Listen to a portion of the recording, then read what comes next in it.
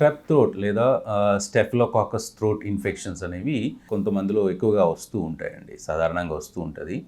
ఈ స్ట్రెప్టోకోకల్ పయోజినస్ అనే ఇన్ఫెక్షన్ అనేది మనకు బ్యాక్టీరియల్ ఇన్ఫెక్షన్ అండి. ఇది ప్రధానంగా గొంతు భాగాన్ని ఎఫెక్ట్ చేస్తుంది. ప్రధానంగా గొంతులో ఉన్నటువంటి టాన్సిల్స్ని ఎఫెక్ట్ చేస్తుంది, టాన్సిల్ వెనక భాగాన్ని ఎఫెక్ట్ చేస్తుంది అన్నమాట. దీనివల్ల సివియర్గా గొంతు నొప్పి వస్తూ ఉంటుంది. సడన్గా సివియర్గా గొంతు నొప్పి రావడం, 1 or 2 డేస్లో చాలా సివియర్ నొప్పి అయిపోవడం, అలాగే మింగడానికి కష్టపడడం, చాలా నొప్పి కలగడం, ఫీవరు, దగ్గు ఇలాంటి లక్షణాలు ఉంటాయండి. జనరల్గా ప్రతి ఒక్క గొంతు నొప్పి స్ట్రెప్ థ్రోట్ కాదండి. గొంతు నొప్పి రావడానికి చాలా కారణాలు ఉంటాయి. కొన్ని రకాల వైరల్ ఇన్ఫెక్షన్స్ వల్ల కానీ లేదా ఇతర కారణాల వల్ల కూడా మనకు థ్రోట్ ఇన్ఫెక్షన్స్ అనేవి వస్తూ ఉంటాయి. కానీ ఈ స్ట్రెప్ థ్రోట్ అనే ఇన్ఫెక్షన్ మనకు డాక్టర్కి సస్పిషన్ వచ్చినప్పుడు, ఆ డౌట్ వచ్చినప్పుడు ఏంటంటే దానికి తగినటువంటి పరీక్షలు చేయించుకొని మెడిసిన్ అనేది వాడాల్సి ఉంటుందండి. ప్రధానంగా ఈ స్ట్రెప్టోకోకల్ థ్రోట్ ఇన్ఫెక్షన్ అనేది మనిషి నుంచి మనిషికి దగ్గినప్పుడు ఈ డ్రాప్లెట్స్ వల్ల కానీ లేదా తుమ్మినప్పుడు డ్రాప్లెట్స్ వల్ల కానీ మనిషి నుంచి మనిషికి స్ప్రెడ్ అవ్వడానికి ఛాన్సెస్ ఉంటుంది. అలాగే మనం తాగేటటువంటి గ్లాసెస్ కానీ తినేటటువంటి యుటెన్సిల్స్, ఆ పాత్రలు ఏవైనా షేర్ చేసుకుంటే ఒకరికొకరు ఈ గ్లాస్ నుంచి ఆ గ్లాసుకు తాగడం వల్ల, దానివల్ల కూడా మనకు ఈ స్ట్రెప్టోకోకల్ థ్రోట్ ఇన్ఫెక్షన్ అనేది ఒకరి నుంచి ఒకరికి స్ప్రెడ్ అయ్యేదానికి అవకాశం ఉంటుంది. మరొక కారణం కిస్సింగ్, ముద్దులు పెట్టుకోవడం ద్వారా అలా ఒకరి నుంచి ఒకరికి కూడా ఈ ఇన్ఫెక్షన్ అనేది స్ప్రెడ్ అవ్వడానికి ఛాన్స్ ఉంటుందన్నమాట. సో ఈ ఇన్ఫెక్షన్ ప్రధానంగా మనకి డ్రాప్లెట్ ఇన్ఫెక్షను అలాగే బ్యాక్టీరియల్ ఇన్ఫెక్షన్ అన్నమాట. దీనివల్ల మనకు ఫస్ట్ అయితే ఫిజికల్ ఎగ్జామినేషన్ చాలా ఇంపార్టెంట్ అండి. ఈఎన్టీ డాక్టర్ దగ్గరికి వెళ్ళి పరీక్ష చేయించుకొని అవసరమైతే కొన్ని పరీక్షలు చేయాల్సి ఉంటుంది. జనరల్గా థ్రోట్ స్వాబ్ తీసుకుంటారు డాక్టర్ గారు.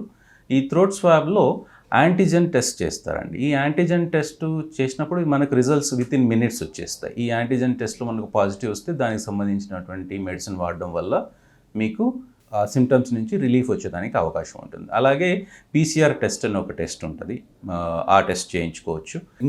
కొంతమందిలో డౌట్ ఉన్నింది అనుకోండి, ఇంకా క్లారిటీ లేదు అన్నప్పుడు మనం స్ట్రెప్టోకోకల్ థ్రోట్ స్వాబ్ కల్చర్కి వెళ్తాం అనమాట. ఈ కల్చర్లో ఏంటంటే ఆ థ్రోట్ స్వాబ్కి సంబంధించి ఏదైతే బ్యాక్టీరియా మనం సస్పెక్ట్ చేస్తున్నామో ఆ బ్యాక్టీరియాని గ్రో చేస్తాం కల్చర్ మీడియాలో. అలా వచ్చినప్పుడు మనకు అది ఎవిడెన్స్ అన్నమాట. సో ఈ ఇన్ఫెక్షన్ ఖచ్చితంగా స్ట్రెప్టోకోకల్ ఇన్ఫెక్షన్ ద్వారానే వచ్చింది అనేసి. సో ఈ రిజల్ట్ రావడానికి మనకు 24 నుంచి 48 అవర్స్ టైం పడుతుంది.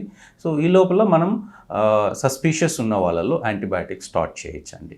ఒక్కసారి కన్ఫర్మ్ అయిన తర్వాత దానికి సంబంధించి పెన్సిలిన్ మందులు కానీ లేదా అమాక్సిసిలిన్ మందులు కానీ వాడడం వల్ల ఈ స్ట్రెప్టోకోకల్ థ్రోట్ ఇన్ఫెక్షన్ 24 అవర్స్ నుంచి 48 అవర్స్ లోపల కొద్దిగా రిలీఫ్ వచ్చేదానికి అవకాశం ఉంటుందండి. మెయిన్గా antibiotic course, minimum 7 days of antibiotic course వాడాల్సి ఉంటుంది. అలాగే సిమ్టమాటిక్గా ట్రీట్మెంట్ తీసుకోవాల్సి ఉంటుందండి. నొప్పికి సంబంధించి నొప్పి మందులు కానీ లేదా దగ్గు సంబంధించి దగ్గు మందులు కానీ తీసుకోవడానికి ఛాన్స్ ఉంటుంది. అలాగే ఉప్పు నీళ్ళు బాగా పుక్కిలించాలండి. ఉప్పు నీళ్ళు గొంతులో నోట్లో కాకుండా గొంతు వెనక భాగం టచ్ అయ్యేటట్టు, ఎందుకంటే మనకు టాన్సిల్స్ ఆ ఇన్ఫెక్షన్ అనేది గొంతు వెనక భాగాన్ని ఎఫెక్ట్ చేస్తుంది కాబట్టి ఆ భాగం టచ్ అయ్యేటట్టు రోజుకు 3 నుంచి 4 సార్లు ఉప్పు నీళ్ళు బాగా పుక్కిలించడం వల్ల తొందరగా ఈ ఇన్ఫెక్షన్ తగ్గిపోయేదానికి అవకాశం ఉంటుంది. ఈ స్ట్రెప్టోకోకల్ ఇన్ఫెక్షన్స్లో ఇతర భాగాలకి స్ప్రెడ్ అయ్యేదానికి కూడా అవకాశం ఉంటుందండి. ఒకవేళ సరిగ్గా ట్రీట్మెంట్ తీసుకోకపోవడం వల్ల దీని మూలంగా మన కిడ్నీస్ అఫెక్ట్ అయ్యేదానికి అవకాశం ఉంటుంది. స్ట్రెప్టోకోకల్ గ్లోమెరులర్ నెఫ్రైటిస్ అంటారు. ఈ ఇన్ఫెక్షన్స్ రావడానికి అవకాశం ఉంటుంది. అలాగే rheumatic heart disease, rheumatic fever ఇన్ఫెక్షన్లో మనకి జాయింట్ పెయిన్స్, హై ఫీవర్ రావడం, అలాగే మన హార్ట్ వాల్వ్స్ దెబ్బతినడం కూడా జరిగేదానికి అవకాశం ఉంటుంది. ఇంకొకటి ఈ కండిషన్లో మనకి స్కిన్ ర్యాషెస్ కూడా వచ్చేదానికి అవకాశం ఉంటుందండి. సో ఈ కాంప్లికేషన్స్ అన్నీ అవాయిడ్ చేయాలంటే సస్పిషన్ వచ్చిన వెంటనే, మీకు ఆ సిమ్టమ్స్ స్టార్ట్ అయిన వెంటనే తగినటువంటి చికిత్స తీసుకోవడం వల్ల మీరు ఈ కాంప్లికేషన్స్ నుంచి బయటికి రావచ్చండి. అలాగే ఈ స్ట్రెప్టోకోకల్ ఇన్ఫెక్షన్ వచ్చినప్పుడు కొన్ని చిన్న రెమెడీస్ అండి ఏంటంటే తగినటువంటి రెస్ట్ తీసుకోవాలి.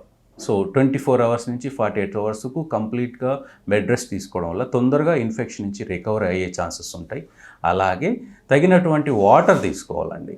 సో హైడ్రేషన్ చాలా ఇంపార్టెంట్. మీకు ఈ థ్రోట్ సూత్నింగ్ కానీ లేదా మీ ఇన్ఫెక్షన్ తొందరగా క్లియర్ అవ్వడానికి హైడ్రేషన్ చాలా ఇంపార్టెంట్. ఇంకా కొన్ని జాగ్రత్తలు తీసుకుంటే చాలా మంచిదండి. ఇప్పుడు దగ్గు వచ్చినప్పుడు మూసుకోవడం కానీ, మీ నోటిని, ముక్కుని చేతులతో కానీ లేదా కర్చీఫ్‌తో కానీ మూసుకోవడం. అలాగే మీకు దగ్గు, తుమ్ము వచ్చినప్పుడు మోచేతి ఎల్బో బెండ్‌లో చేయడం వల్ల, అలాగే రెగ్యులర్గా మీరు చేతులు శుభ్రపరచుకోవడం వల్ల కూడా మీ ఇన్ఫెక్షన్‌ని ఒకరి నుంచి ఒకరికి స్ప్రెడ్ కాకుండా నివారించొచ్చండి.